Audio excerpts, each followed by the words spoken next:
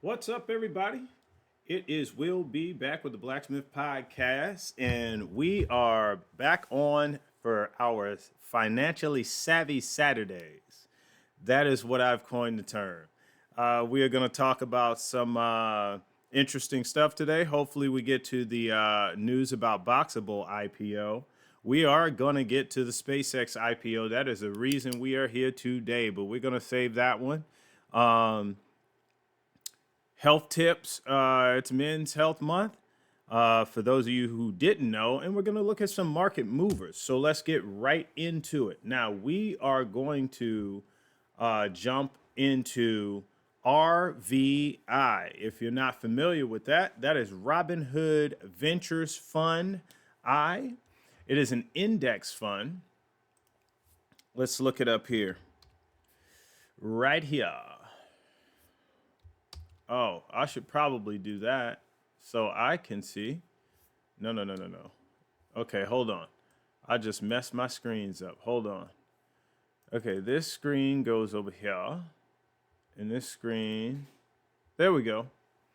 All right, so Robinhood Ventures Fund I. It's an index fund that Robinhood created, and it's Robinhood's jab back to the SEC saying that the common man or unaccredited investors or retail investors can't invest into private companies. So they put this fund together with Databricks, Revolut, Mercor, AirWallet, Boom Sonic, Aura, Ramp, 11 Labs. Aura you might recognize from the Aura rings that people wear on their fingers that tells them their oxygen level, how much they're sleeping, how much activity they get during the day, their heartbeat, all of that. 11 Labs, Stripe, Cash, and Equities. And then they're going to also put OpenAI into this come next quarter. So OpenAI, the evaluation as far as June 13th, which is today, is 852 billion. Now, it was on pace to be the biggest IPO in history. In history. So I don't know. They're talking about IPOing this year. However, I don't know exactly what month, but Robinhood is in there. So we're going to talk about RVI. And what about RVI? We are going to meet one of the CEOs. Now, in previous videos, we've met some of these CEOs like Boom Sonic, Aura Rings. So we are going to meet one of these CEOs right here. I'm the founder and CEO of Mercor. Mercor hires experts to. Let's get your name. I'm Brendan. I'm the founder and CEO of Mercor. Mercor hires experts to train the leading AI agents that you use every day. I'm extremely excited about creating this new category of work where everyone is talking about job displacement of all the things that humans are no longer going to be doing in the AI economy, but very few people are focused on all the new opportunities that are being created. We believe that knowledge work is going to transform radically with people training agents to improve productivity and bring a much more abundant world for everyone. Instead of having a customer support representative that's redundantly responding to 100 tickets, they're going to train an agent one time how to do that job. Instead of having investment bankers that are redundantly analyzing dozens of similar data rooms, they're going to train an agent once. Instead of having a doctor that's making hundreds of similar diagnoses, their knowledge and expertise is going to be available to everyone. I think for us, it's how do we create those opportunities as quickly as possible in a way that both helps to improve the agents and unlock this abundant world of so much more productivity, but also in a way that is able to create these really high-paying jobs for millions of people all around the world.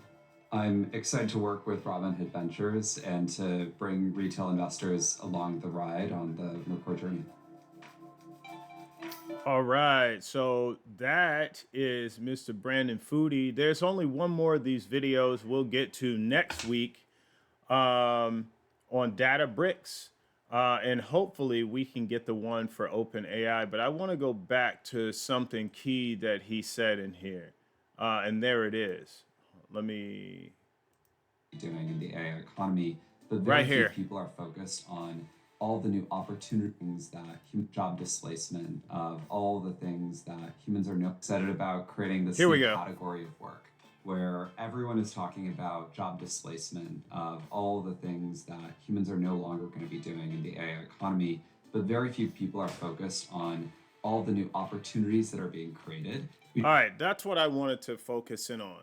He said that he's excited to work in this new realm, basically, but you have a lot of people focused on everything that human beings will no longer be able to do because of AI versus focusing on the new opportunities that are going to be created with AI. Listen, folks, AI is already here, right? We keep saying AI is the future, AI is coming. AI is already here. And I said this last year. AI is already here. This is like the zombie apocalypse, right? Take The Walking Dead. The first person has already been bitten. The first neighborhood has already been taken over. The virus is already spread, right? It's already here. Now, you already have some information on what the zombies are like and how fast the virus spreads and how it spreads and yada yada.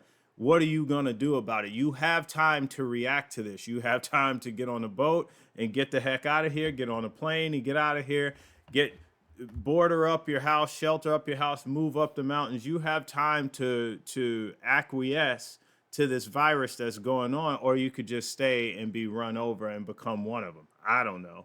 Kind of a weird analogy, but AI is already here. So if you're not already finding some use for it in your life, whether it's resume writing, whether it's asking it questions to problems that you can't solve, uh, I don't know. Factoring it some way into the work that you do, things of that nature, then you are going to effectively be left behind. You're already being left behind. You're already being passed up by other people who are utilizing it in their everyday life. Like even in the military, they have Gen AI, and there's a lot of people already utilizing it for writing evaluation blurbs and all kinds of stuff. So just understand that if you're not utilizing it, you will effectively be left behind.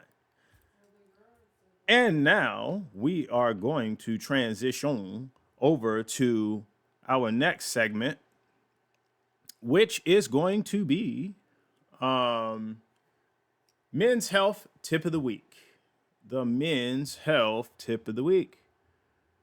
And that is something I was actually going to get to last week, but didn't.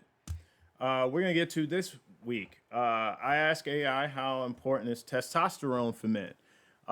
Case in point here, guys, I'm going to give you the bluff, the brief something up front is what it stands for. I can't remember what the L stands for.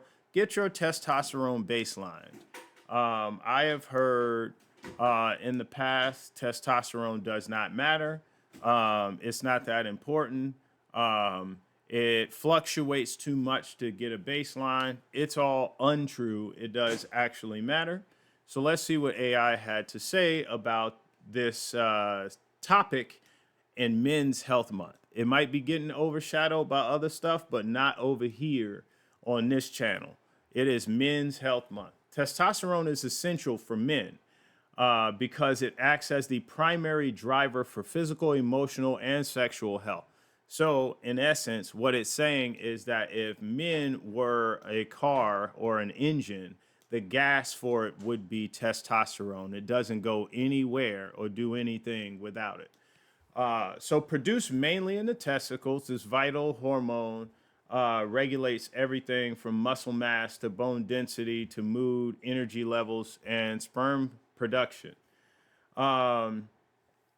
So muscle and muscle mass. It drives protein synthesis to build and maintain lean muscle and physical strength. For bone density, it stimulates bone mineralization, which prevents osteoporosis and reduces fracture risks as men age. Fat distribution. This is a big one. It helps regulate how the body metabolizes fat, preventing excess abdominal fat storage. And why is that important? Because abdominal fat storage is what helps you get type 2 diabetes. It is what helps you build visceral fat around your organs and etc. All right, for sexual health, it obviously fuels the libido, the sex drive, and plays a key role in achieving and maintaining erections, sperm production. All right, it's crucial for fertility. Mood and cognition. It stabilizes mood, supports spatial memory, and protects against irritability and depression. Yes, so if your testosterone is too low, you can be more irritable. You can actually become aggressive. Um, just like people think when the guys are shooting testosterone, the anabolic steroids, and they become aggressive, you can actually become aggressive if it's too low. Red blood cell production. It signals the bone marrow to produce red blood cells, which carry oxygen throughout the body. See, we don't think that it is that important, but it actually is. What happens if it drops? So here we go. Testosterone naturally peaks during adolescence and early adulthood, then declines about 1% a year after the age of 30. When levels drop below normal, a condition called hypogonadism, or low T. I've heard of low T. Um, you get low libido, you get chronic fatigue, loss of muscle and strength, mood swings. See, I told you, and mild anemia. So low T is a very serious condition for guys. Actually, if it drops low, you will not be able to get a lot of sleep.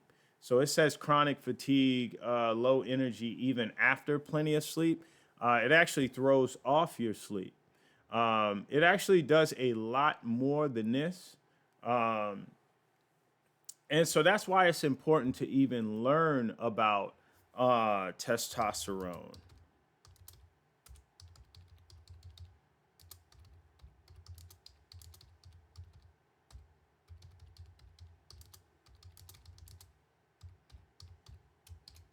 All right, so I might have spelled it wrong. Yeah, I left the T off. All right, so here we go. The different types of testosterone. So three forms of it are in your body, and there's free testosterone. Um, there's muscularly bonded, which is what I believe this one is talking about. And then there's the sexually bonded testosterone. Um, it's how a urologist described it to me. So I'll be interested in reading the second one. But let's read about free, because free is actually the most important form of testosterone men have in their bodies. Um, Let me read this. Free testosterone is the hormone circulating in your bloodstream, completely unattached to any proteins. That means it is purely like adrenaline flowing free, not bonded to anything. So, at a moment's notice, if you need to lift a car off of somebody and you're completely weak, you won't be able to do it. No, I'm just kidding. But, like, if you need strength, if you need speed, if you hear all of a sudden a bark close to you, and you hear a growling dog, you can take off running.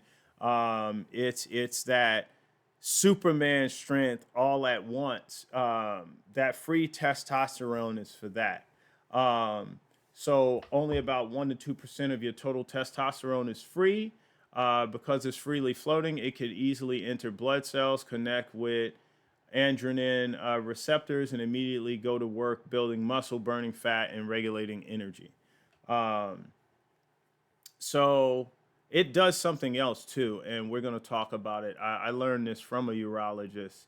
Let's see, albumin bound testosterone, the weakly bound form. This testosterone is attached to albumin, a common protein produced by your liver. It accounts for 30 to 40% of the testosterone in your body. It is a chemical bond between testosterone and albumin. Is very weak and easily broken. If your tissue needs extra testosterone, this bond breaks quickly, making it hyper accessible on short notice. You were missing the live, sir. You are catching it now. So, I believe this one is otherwise known as the testosterone bound to your muscles, is how I was briefed on this one. And so that if you work out and you break down your muscles by lifting weights or activity, it gets, this is the testosterone that is in your muscles for that. And then the sexually bonded testosterone, obviously we know what this one is about, and it makes up a large portion, 60 to 70%. And it says this one is extremely strong. Think of it as a storage vault. The hormones locked inside your body, and your body can't use it.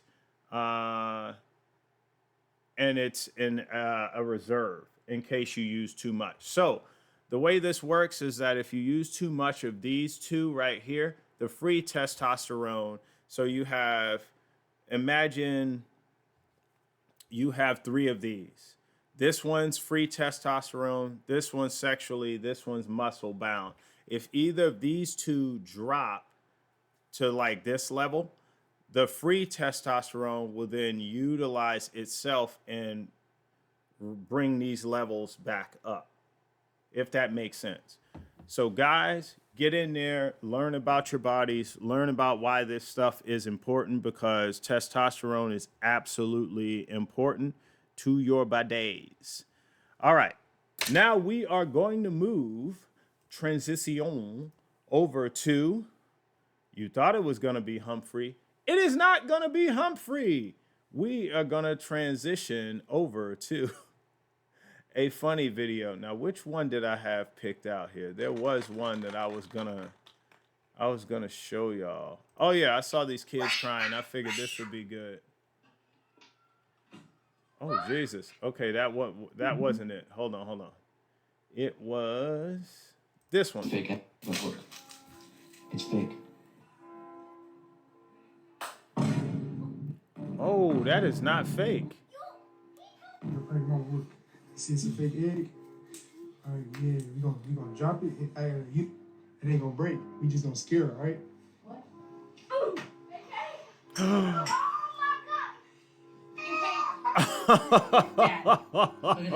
That's messed up. Oh, that's messed up. Oh, that is so wrong.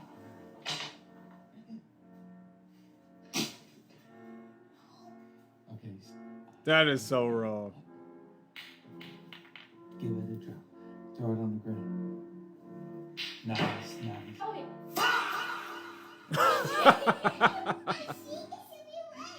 Fake egg. All right, the real egg prank. All right, we're done with that. That was so wrong. That kid started crying. All right, let's get to some of these comments. At the gym, trying to sweat this cold out. Get it, my man? All right, do Cactus Body Slam with a PG or viewer discretion advised. Know what? Never mind. Demonetized. Yeah. See, this is why I don't give you 100s or the fire, because what is you doing? What is you doing? This guy. All right. Let's get back to the live. All right. So I'm definitely kind of torn over what to do next, but we're going to do it anyway. I wanted more people on before I hit SpaceX. So we're gonna do one more, and then we're gonna have to jump into it. All right, Mr. Humphrey, take it away. The one purchase that can set you back 5 years financially, and most people don't even think twice about, is buying a brand new car. You're The so average right. price of a new car is now over $51,000, which translates to a new car payment of over $750 a month, or about $9,000 worth of payments a year. Then, if you add in insurance and depreciation, the true cost of owning that car is easily over $1,000 a month. At an 8% average return, if you invested those payments instead, in 10 years, it's worth over $213,000 if it's in the market. But of course, that assumes you drive nothing at all, but in most cases, you're going to need a car. So what I propose is getting a reliable used car instead. The average used car payment is $537 a month, so it's $213 less per month than the new car. And you're still going to have the same commute and your life pretty much stays the same, but that $213 a month invested over 10 years is worth over $45,000. That's $45,000 for doing nothing except for choosing a used car over a new one, and this is what sets people 5 years back. Even if you invested $8,000 a year, which is 2 to 3 times the current numbers across the country of what people invest, the $45,000 gap represents about 5 years of investing progress. So the lesson here is simple. You want to buy a reliable used car. You want to drive it until you can't drive it anymore, and that will save you the most money. The one purchase. All right, we're gonna go back through it again. Y'all know how this works. We let him talk all the way through, and then we're gonna go back through this again, and we're gonna break it down this time. Let's go, Humphrey. That can set you back 5 years financially, and most people don't even think twice about, is buying a brand new car. The average price of a new car is now over $51,000, which translates to a new car payment of over $750 a month. All right, so that's insane in the membrane right there. $750 a month, $9,000 a year for one brand new car. Never would I ever. Not gonna happen. No how. Nada. Not happening. That is a lot of money. $9,000 a year, but I want him to get this part out, and then we'll talk about it. Or about $9,000 worth of payments a year. Then if you add in insurance and depreciation, the true cost of owning that car is easily over $1,000 a month. At an 8% average return, if you invested those payments instead, in 10 years, it's worth over $213,000 if it's in the market. But of course, that assumes you drive nothing at all, but in most cases, you're going to need a car. So what I propose is getting a reliable used car instead. The average used car payment is $537 a month, so it's $213 less per month than the new car. You're still gonna have the same commute. All right, so dig this, guys. Like, lock in on this. 10 years ago, if you said the average used car payment, it would be nowhere near $513. So now you are really seeing the power of inflation right here in front of your face.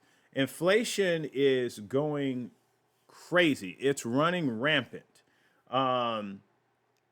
A used car at $513, that is absolutely insane. I recall I bought a 2003 Nissan Sentra. Now this is more than 10 years ago, but still, I bought it at the end of 09, so October 09, and I paid $6,300 for it. $6,300. I put $3,500 down. I financed the rest, like $2,800, something like that. It came out to, and for 3 years, I paid it off in 18 months. But still, my car payment was like $187. Okay. Now, a 2003 Nissan Sentra isn't going to turn heads. I named it the Mighty Sentra, right? It was a 5-speed manual. It wasn't going to race anybody and win. It wasn't going to, but it also wasn't going to break the bank either. That car helped me get from point A to point B. It had a 6 CD changer in the trunk. Somebody had put that in there. So it had tunes. I put a different radio in there. When I went to Best Buy, I went and got an aftermarket radio in the car and sound system, but something cheap. And I could hook my iPod up to it, and that's what I would do. I would just plug my iPod in so I could play those tunes. The music was loud enough. It was fine. And that's all the work I did to it was just the radio. That was it. No rims, that's dumb. No muffler, that's dumb. No supercharger, no turbo, that's dumb. All of that is just DUMB, dumb.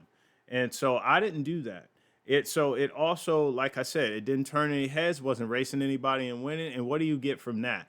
Oh, I raced that guy, I won. All your adrenaline's pumping, and then the cops right there at the end to get you and slap a ticket on your car for racing and winning. If I was the cop, oh, you won? Oh, extra $100 fine. He won. No, I'm just kidding. But just think about that. It also didn't break the bank either. He's saying if you put this money into the stock market, it'd be 200,000 and something dollars, just $12,000 a year for I forget how many years, 8 years, but people just can't see that far.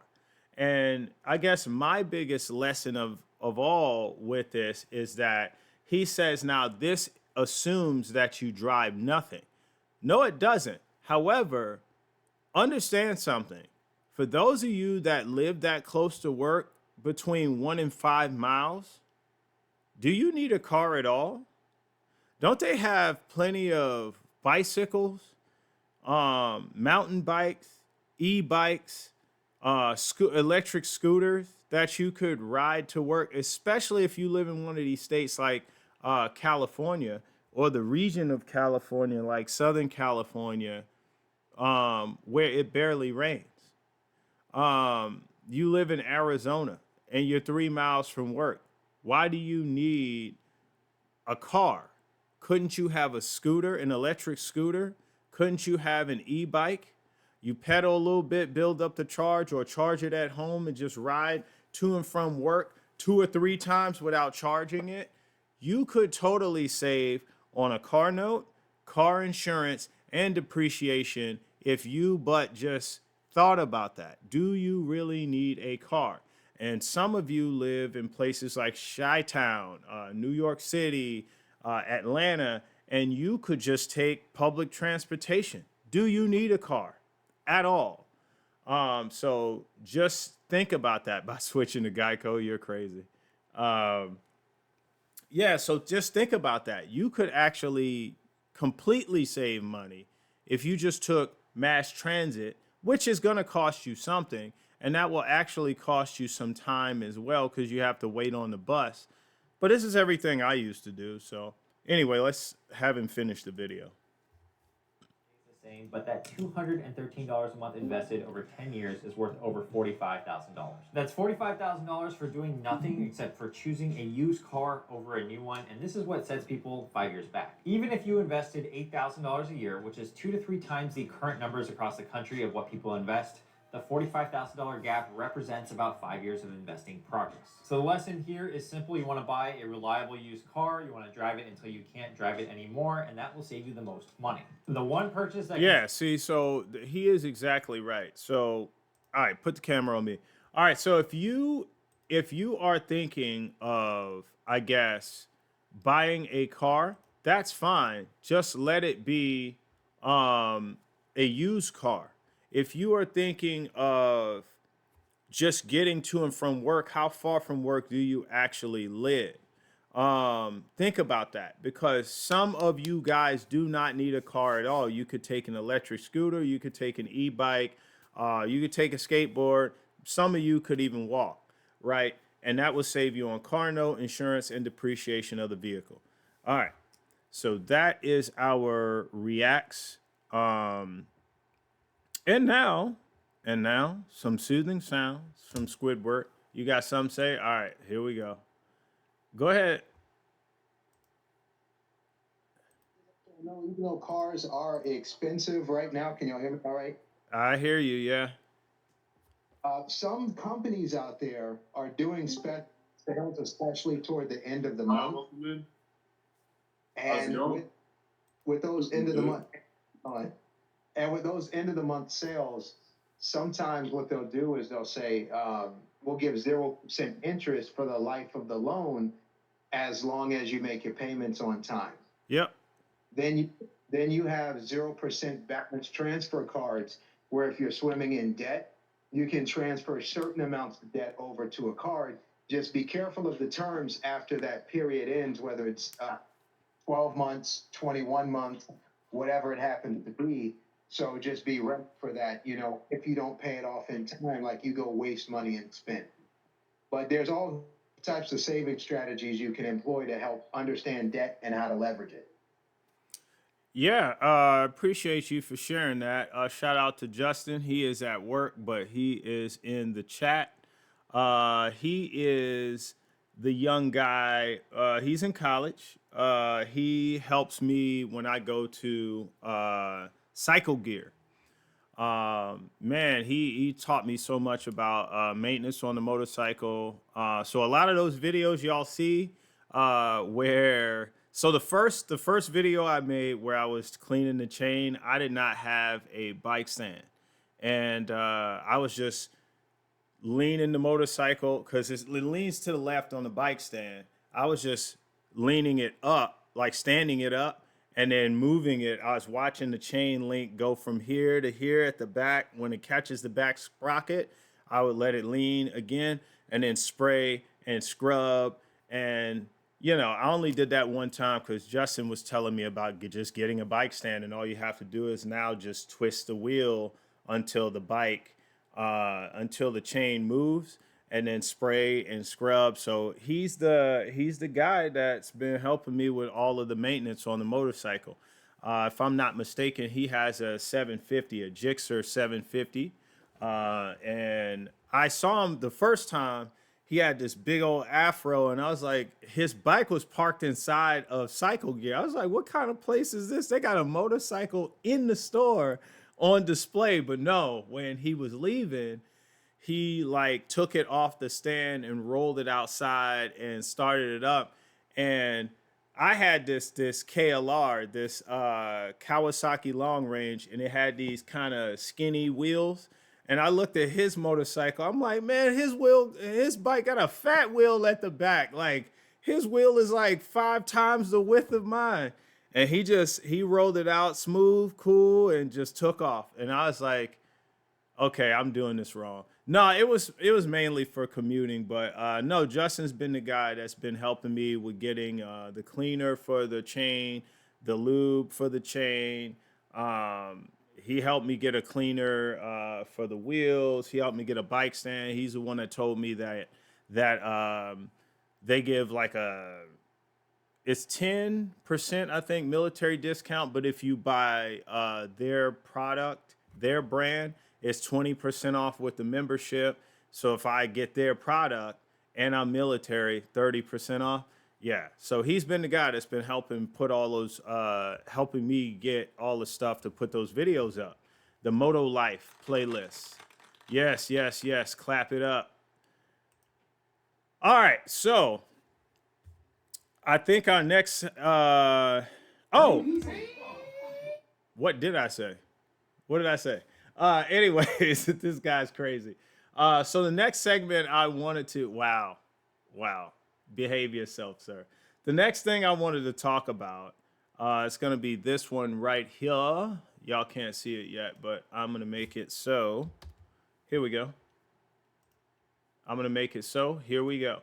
All right, so we talked about circular economy for Misty last week and how it follows MSTR and their investment into Bitcoin. Now we are going to talk about the circular economy of TSM. See, I didn't forget.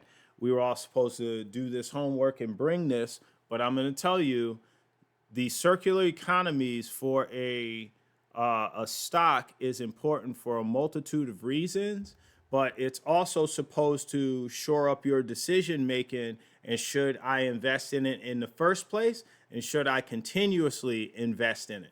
So let's look at TSM. Now, if you're not familiar, TSM is Taiwan Semiconductor.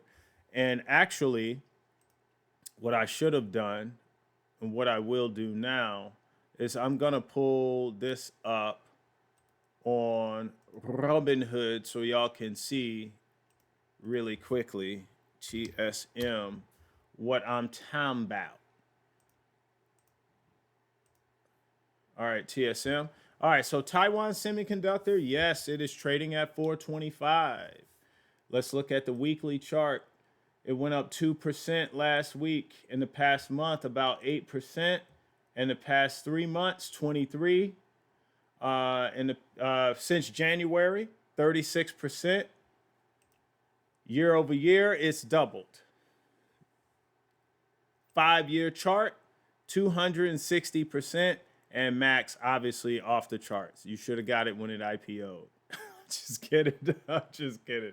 But yeah, Max chart. This company's been off the chain. So some of the things to point out here: it is a 2 trillion market cap company, 52-week high of 450, and a 52-week low of 206. So something to think about. This company makes all of the, like 90% of the world's semiconductors for the microchips that are produced worldwide, like the web. You know what I'm saying? So yes, this company is actually in Taiwan, and it is extremely, extremely important. And so NVIDIA makes chips. Guess who makes their semiconductors? TSM. Remember, TSM also broke ground, and I believe they're opening the factory for their it probably had an IPO drop. Remember, TSM broke ground, and they're probably going to be opening that factory. It's either late this year or early next year in Arizona, because of the political climate over there in Taiwan, with China trying to maybe invade them or use force to get them back as part of their company or country. I'm thinking about stock market company. They're trying to get them back as part of their country. They went ahead and opened a branch, or opening a branch over here in America, in Arizona. All right, so that's who TSM is. Short story. So now let's get to, yes, y'all can see what I'm seeing. Let's get to their circular economy. Sorry, I did it dip or flatline when it first IPO'd? I don't know. All right, so getting to the point here. So TSM, their circular economy is arguably the strongest and most durable in semiconductors, because it doesn't depend on owning AI startups or making venture bets, meaning that it is self-sufficient.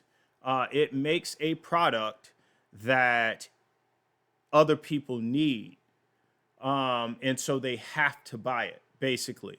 Also, they are number one in their sector. So before people invest in the company, if they ask me, I'll ask them, what does the company do? And some people fail right there. What problem is the company solving? Some people fail right there.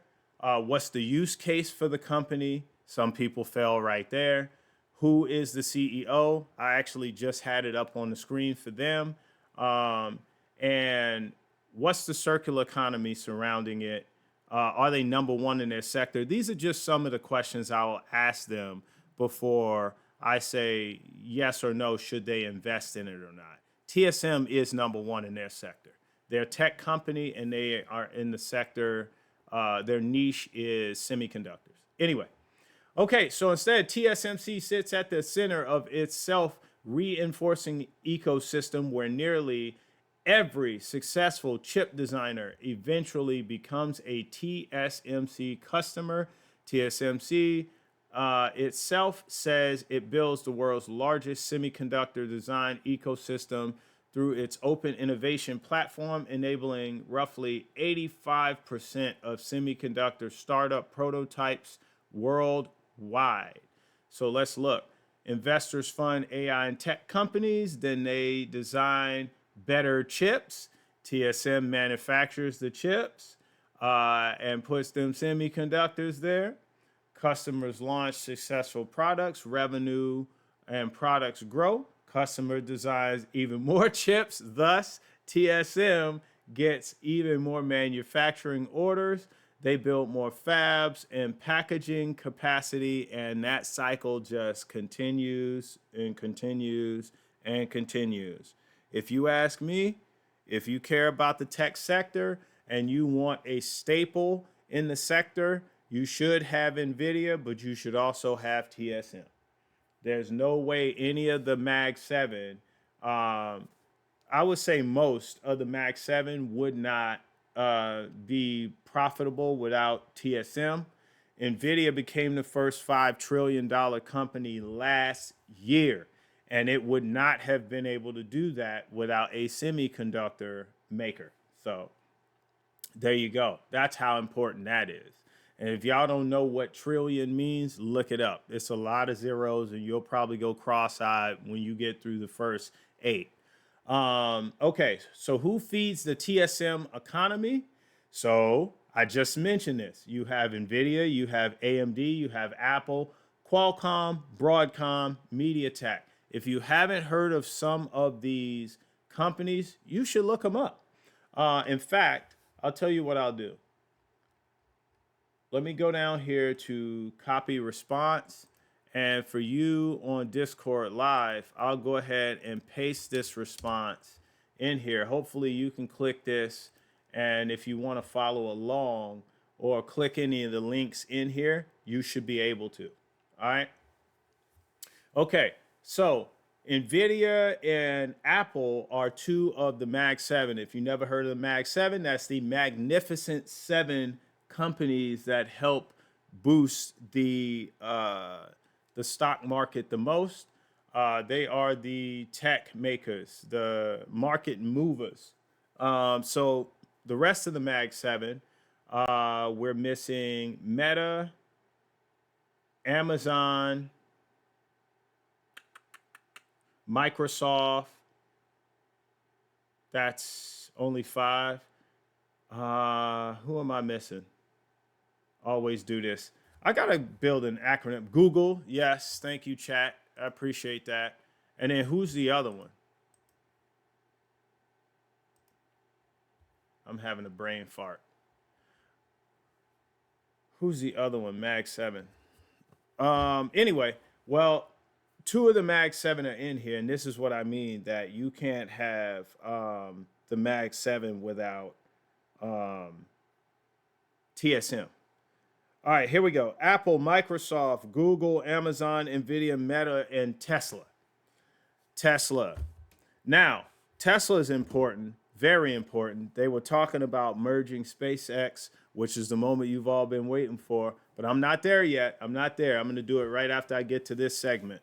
I gave a lot of people a chance to join. I know people wanted to be on the live to talk about it, so I saved the best for last. So we're going to get to SpaceX in a little bit, but let's continue going through this one. Okay, so these are the companies that rely on TSM. So who's investing in? So that's who feeds their economy. Now who's investing in them? BlackRock. Stop right there. If you don't know what BlackRock is, shame on you. No, I'm just kidding. BlackRock is like the largest investing firm in the world. All right. So BlackRock invests in a lot of companies. And I would dare say who BlackRock is investing in, you should be extremely interested in who they invest in. Capital Research and Management Company, Government of Singapore Investment Corporation. Obviously, the region they're in, Singapore is a lot closer than we are. Norges Bank, Fidelity's Bank, the Vanguard Group. Now remember, Vanguard, VTI, VTO, VTI is their version of the S&P 500. So Vanguard, there's a lot of those V stocks or ETFs in the market, or index funds. In addition, Taiwan's National Development Fund remains TSMC's largest individual shareholder. Now, where do they invest their cash? Now, see, folks, when you want to break down a stock and why it's important, you need to break this down. And like I said, I really think Microsoft was the first. I said this last week. Microsoft was like one of the first companies that we really saw that had a circular economy. Who they invested in, who invested in them, and how looking at how all the money circulated. So thank you, Microsoft. All right, so where they reinvest their cash. Unlike NVIDIA, TSM rarely reinvests through startup equity positions. So that means being an accredited investor as a business. So you invest in a startup and get shares at 80 cents per or $2 per. And then when they go public, you cash in your shares and make billions. Instead, it reinvests through advanced manufacturing nodes, advanced packaging, new fabs, R&D, so research and development, that's what that means, and global expansion. And I just told y'all they're building a new factory in Arizona. TSM expects to spend roughly between 52 and 56 billion in capital expenditures during 2026, largely to support customer growth and AI demand. So examples include massive expansion in Arizona. We already talked about that. New facilities in Japan. Didn't know about that. New facilities in Germany. Didn't know about that. Advanced AI packaging facilities in Taiwan. Had no clue. TSM, U.S. commitment alone has reached approximately $165 billion. Billion. Start looking at those zeros. It'll cross your eyes. All right. The real circular economy. Here's the loop most investors miss. BlackRock, Vanguard, Fidelity, they own TSM. NVIDIA, AMD, and Apple design chips. TSM manufactures chips. AI companies, cloud providers, consumers buy products powered by those chips. Woo! The consumers, that's end consumers. That's us. Customer profits rise. More chip orders to TMC. TSM. TSM expands capacity and enables next AI cycle. There it is. So that is why they have the strongest moat. If you're not familiar with moat, we're talking about, those old English, Irish, whatever castles that had the drawbridge that went up and went down, and it just had the water all around it. So if you missed that drawbridge and you were running full speed, you go in with the alligators in the water and you don't come out. They have a moat. They can't be touched, right? Now, obviously, you could starve them out with a moat, but you get what I'm saying. The moat is that they can't be touched, right? So NVIDIA's circular economy depends heavily on AI, and we just saw how the AI, we just saw how AI to more investment happens. So there's that. TSM circular economy depends on the entire semiconductor industry. Whether the winner is NVIDIA, AMD, Apple, Broadcom, Qualcomm, or some AI startup that doesn't exist yet, there's a good chance that TSM chip manufactures the chips. TSM recently started the customer demand for advanced AI chips, and it continues to exceed its available capacity despite enormous expansion efforts, which means there is more demand than there is supply, which makes their company even more valuable. If TSM is not a part of your portfolio, you should probably be asking yourself, why not? All right. So now if you see down here, the last piece, the Blacksmith Podcast takeaway, NVIDIA is building the AI ecosystem, right? And they really are. They really are. TSM is the toll booth that nearly every participant must pass through. And there it is. So that's it. That's how you break it down. Um, so I'm telling you, if TSM's not in your portfolio, you should probably be asking yourself why not. Now you might say it is too expensive right now, and I would vastly agree with you. There are other things that you could buy in the meantime, but definitely do this. Put it on your watch list. And if you plan on investing in it anytime soon, like if it were back in the 300s, then also set an alert and say price drops below this or price goes above that. Here, I can even show you how to do that. So, oh shoot, you know what? I am on the computer. So add to list, you just do this and you put it in a watch list right here. I forget. I only really use, I mean, 99% of the time I'm using Robinhood on the phone. And then if you wanted to invest in it, all you do is click this little bell. Now it looks a little different on your phone, but same thing. Price alert. If it, I had this price target a long time ago. If you look at the price, so if you want to invest, let's say if it goes back down to 380, all you do is you come in here and say price moves below 380, save that, and now it will automatically alert you at least once a day if that target drops below 380. And then you can even set a limit order if you want to. If it drops to 380, buy me one share. You can do that as well. Thank you, Robinhood. All right, folks. Before we get to the moment you've all, oh, what is that? That's what I was about to say. Oh, what? Thank you, Robinhood, or the limit order? I figure you be the limit buy. That's what he does. Absolutely what he does. All right. So the moment you've all been waiting for, but before we get there, I have a little bonus for you.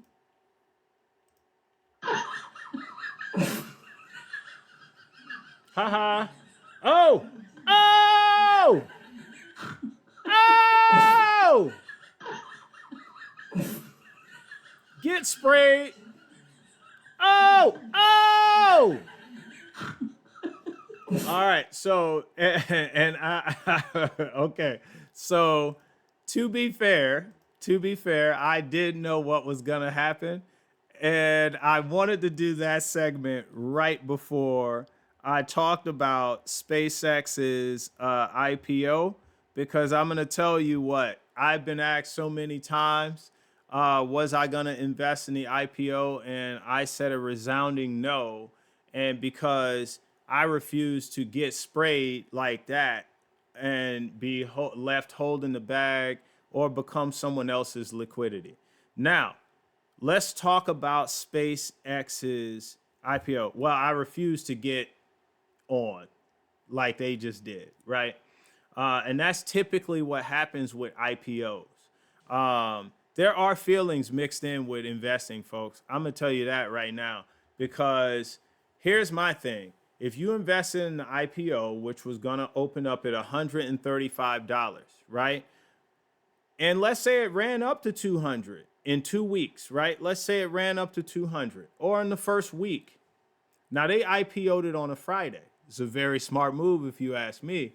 But let's say it ran up to 200 and then it fell off the face of the earth and it dropped down to $70 before it started to rebound. Would you be upset? Come on. You got in at 135, or you got in at 150, you got in at 180, you got in at 200, and now it's $70. There's only three things you could do. One, you could realize that this company is going to be up and stuck in the future once it rebaselines and it gets going again. And this company is the future, can get things into outer space a lot cheaper than NASA. Space exploration is off the charts. Just listen to Elon Musk talk about it.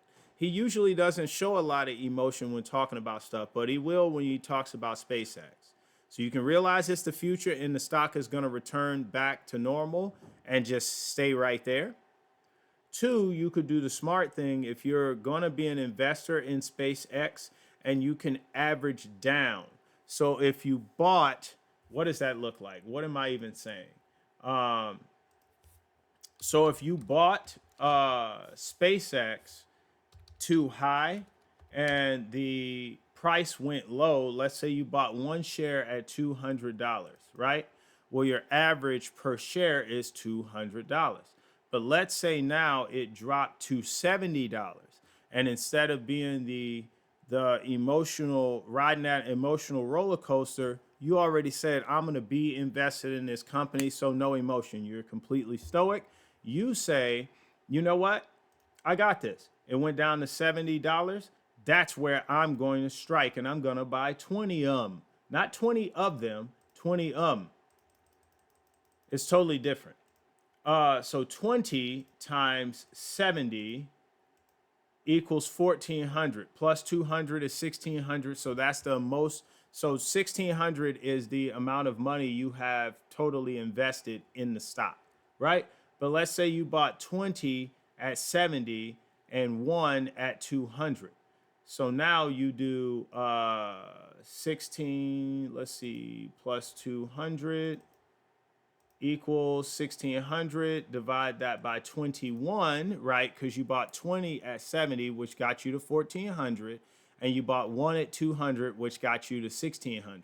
So divide it by 21, and now look, bada boom, bada freaking bing, your average price now is 76.19.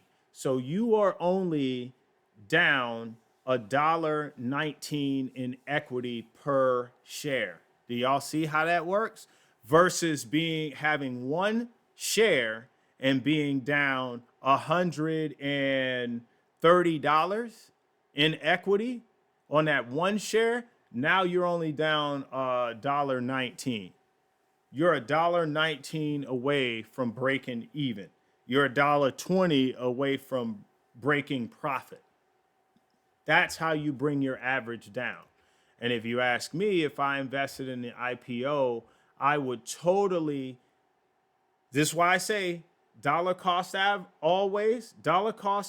always, but save a stash for the crash. If I was going to invest in the IPO, I better have a stash that I'm waiting for this to crash. All right. The third thing is very simple. You could just sell when it hits $70 and lose your 130. I wouldn't recommend the third one. That's why it's third. I didn't save the best for last. I saved the one that made no sense for last. All right. So now let's get to the SpaceX IPO. Now I was watching this live, this moment right here. Elon Musk, he was talking about SpaceX being the largest IPO in history. And I did look at Robinhood while he was talking about it. And yes, it was billions and it soared up to $2.1 trillion during the day. I was at work at my desk, routing things electronically on the computer. And I had the phone sitting there and Elon Musk was at the conference talking about it. And I don't know. I want to say Elon Musk's faces are mainly all the same, but like, no, I've seen his face when somebody says something stupid and his face changes. I've seen him be very delighted. He laughs, he smiles, but he's just not very emotional with it. He doesn't speak through his face. I say that. He's more stoic than anything. So let's look at the first day performance. Yes, it IPO'd at 135. The shares opened at 150 and closed around 161, marking a 19% increase during its first day of trading. And then company brokerages, I don't care about that. No, I don't care about that. I just wanted to say that right there. And then let's look at SpaceX. So yes, it opened here. Pre-market, bam, shot right up to 168, fell down to 158. And, you know, some people probably took the quick liquidity, or maybe this was some of the the early investors. Then I know it went up to 176. I saw it at 176, and then it had a steady decline to 158, and then it ended up closing, and then after hours it moved as well. So it's sitting at 166.85, and come Monday morning Pacific Standard Time at 6:30, you'll be able to see it go again. But the pre-market opens up at 5:30 or 6 o'clock. So you'll see it moving in the pre-market. I don't know when pre-market opens up, but I know I've checked it during that time and it's open. So there's no sense in looking at a 1 week, 1 month chart. It only had one day, right? But SpaceX, what I was going to ask is what y'all thought about it, if anybody wanted to say anything about it. So Space Exploration Technologies Corporation is building the integrated hardware and software infrastructure of the future across space connectivity and AI. Now, I saw this before, and I'm going to tell you, it's amazing what they're doing. It's like NASA can send things to space. Actually, let me just show you right now.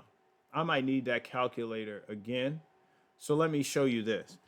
I don't know if y'all knew this, but there's a cost associated with NASA sending things to space, right? NASA sending things to space cost versus SpaceX.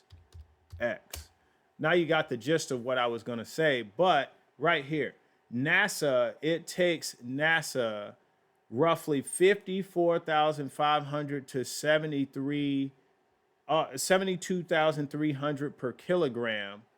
This is dollars per kilogram to send something into space, whereas it roughly costs SpaceX 2,600 to 3,000 per kilogram to low Earth orbit, LEO. So SpaceX does it more, right? They actually launch more than NASA. They actually send things to space a lot cheaper than NASA. So look, cost per launch is 62 million for SpaceX. Cost per launch with NASA, 1.5 billion. Payload, 27,000. Payload, 22,000. Yeah, and I get it, it's kilograms, but understand something, right? That means if they sent 2 into outer space, that's $124 million. That still beats them. It still beats them. That's like 10 times cheaper with 2 launches.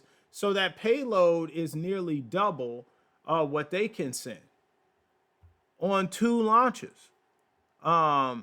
So it says their shuttles were partially reusable, but required highly intensive cost refurbishment after every single mission. And then the key advantage here, rocket boosters return to Earth and are refurbished, saving major manufacturing and material costs on subsequent launches. This is another reason why their launches are cheaper, right? So the business model, NASA relies on cost plus contracts with aerospace manufacturers, I can read, which often results in large cost overruns and slower development. Yes, it does. SpaceX is privately run and handles most of its engineering and manufacturing vertically in-house to strict cost controls or strict control costs, strictly control. I can read, whatever. So with that being said, one thing to change in here, it's not privately run anymore. Now it's publicly run as of yesterday. And reusability. SpaceX lands and reflies its primary rocket boosters and fairings. The space shuttle discarded major hardware elements like the massive external tank on every single flight. SpaceX is developing the Starship system to further drive launch costs down with the ambitious projections to get to cost to orbit under $100 per kilogram. And here's another thing. NASA has been a thing since who knows how long, right? SpaceX just came about. See, I look at Elon Musk like I look at Bill Gates, like I look at Vladimir Tenev. These must have been three young boys. Now they're vastly different in age. Bill Gates has definitely got some years on Elon. Elon has some years on Vlad. But these young boys must have been looking up to the sky like, you know what? I want to change the world. And this is something probably a lot of us have in common. We all did this. We looked up into the night sky and said, I want to change the world. I want to do this thing. I want to, whatever it is, right? And they kept that dream as they got older. But instead of it being way up here in outer orbit, they brought it closer in the low orbit. They brought it closer and they brought it all the way down to Earth and said, that's what I'm actually going to work on doing. And they went after it. Vlad, his claim to fame, why I put him in there, is he wanted the common man to get into investing like the rich.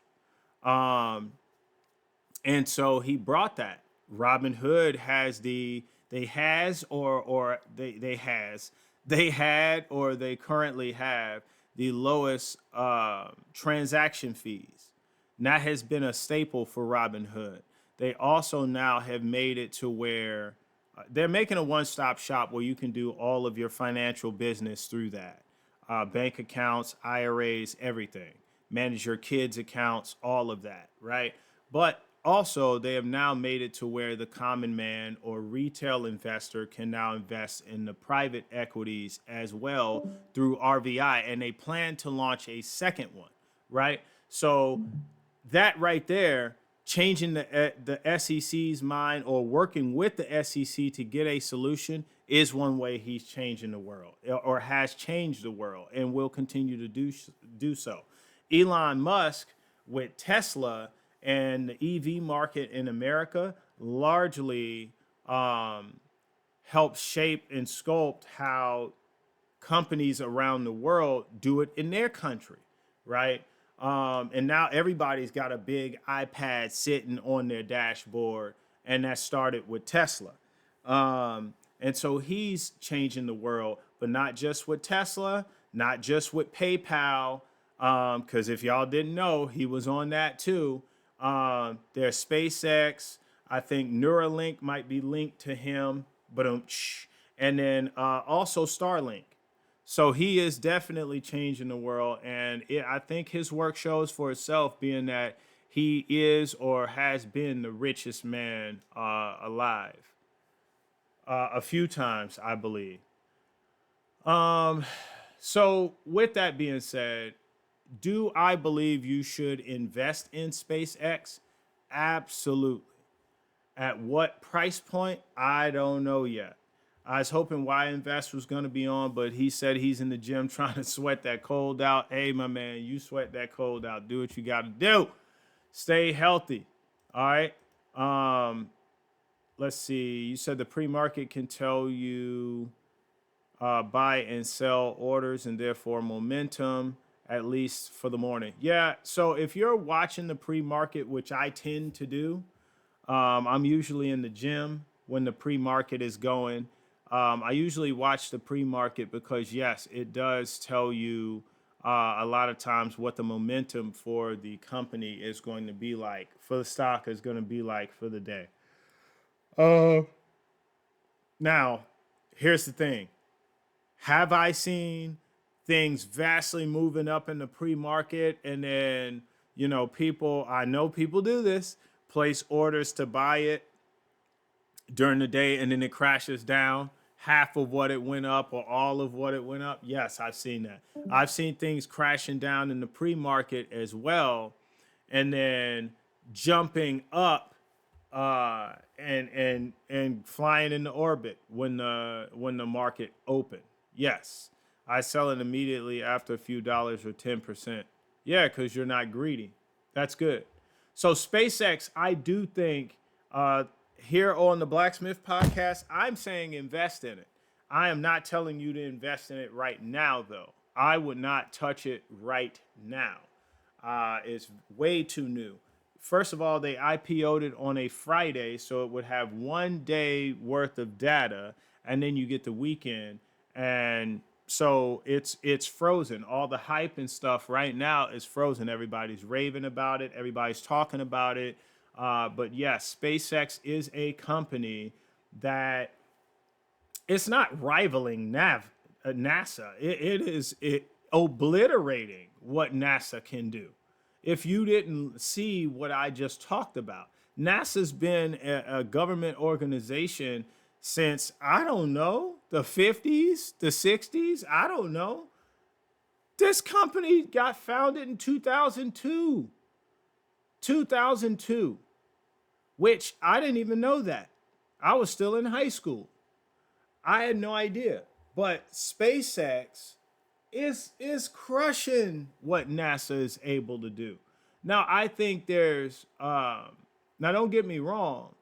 I do think that there is also value in having NASA also. However, I don't know. I don't know the answer to this. If they took over the NASA contract, I don't know. But if you just look at purely capabilities, like I said, them versus NASA, they're crushing what NASA is able to do. They're crushing it. They're crushing it. I mean, there's no more to say. So, yes, I do think this is a buy. This is a long-term buy. This should be a part of your portfolio. Um, but understand, folks, you can't invest in everything. So, here's what I will say. This is in the space exploration sector. There's actually a lot of there's a few companies. If you let me just take the X off. So there's some exploration um, stocks out here. Space and time. This is a cryptocurrency. I'm laughing, but it might not be laughable. This is a crypto.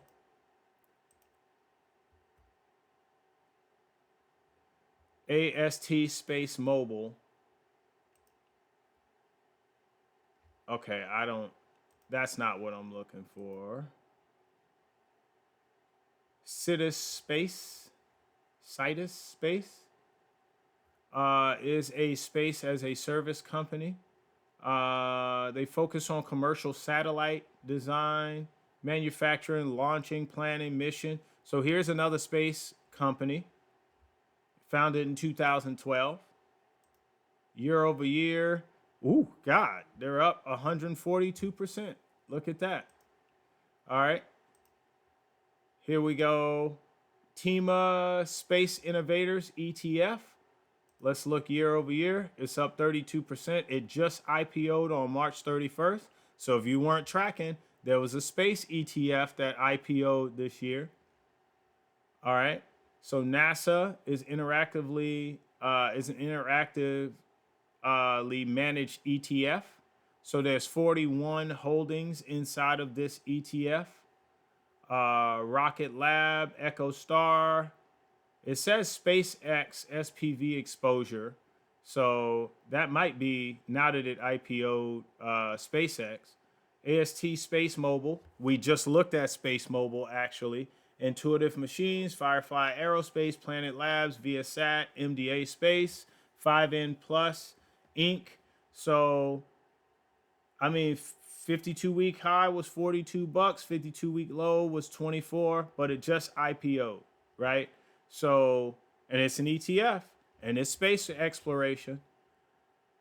So I'm just showing y'all this because I want y'all to understand extra space storage. I don't think this is the same thing. No, Let's move from this. UFO, this has to be space.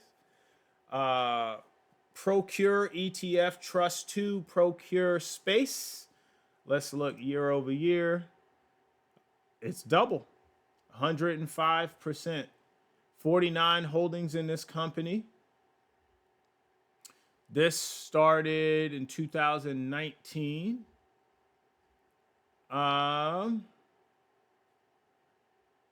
It's a $1 billion market cap, and looks like it pays dividends. But yeah, so here's another one, and let's look at this last one on this list. Rocket Lab Corporation. Let's look year over year really quickly. 306% growth. Now, I'm going to say something really quickly. I would look into these space companies because who makes SpaceX's rockets? If another company, you know what? We're going to look at this circular economy of SpaceX next week. That's what we'll do. Because whoever's making their rockets, that's who I would invest in for sure. Bashao. This one started in 2006. 52-week high of 151, 52-week low of 25. And it's a $59 billion market cap company. So there you go, folks. Space exploration. I've got a message up here. SpaceX won NASA's major lunar lander contract in a fair competition, but it did not take over NASA as a whole. Now, I knew that second one. I just didn't know the first one. Instead, SpaceX acts as a primary private partner and contractor for the agency. It's not private anymore, folks. SpaceX has consistently won competitions against other private space companies. Stop right there. It's telling you there are other private space companies that's probably going to IPO in the future. There's other people going to space or contributing to companies going to space. SpaceX has consistently, I just read that. Though the partnership has faced shifts. Okay, so there you go, right there. And it talks about the Artemis moon contracts. But there you go, right there. SpaceX has won contracts against NASA or over NASA, but has not taken over NASA, since I keep talking like that.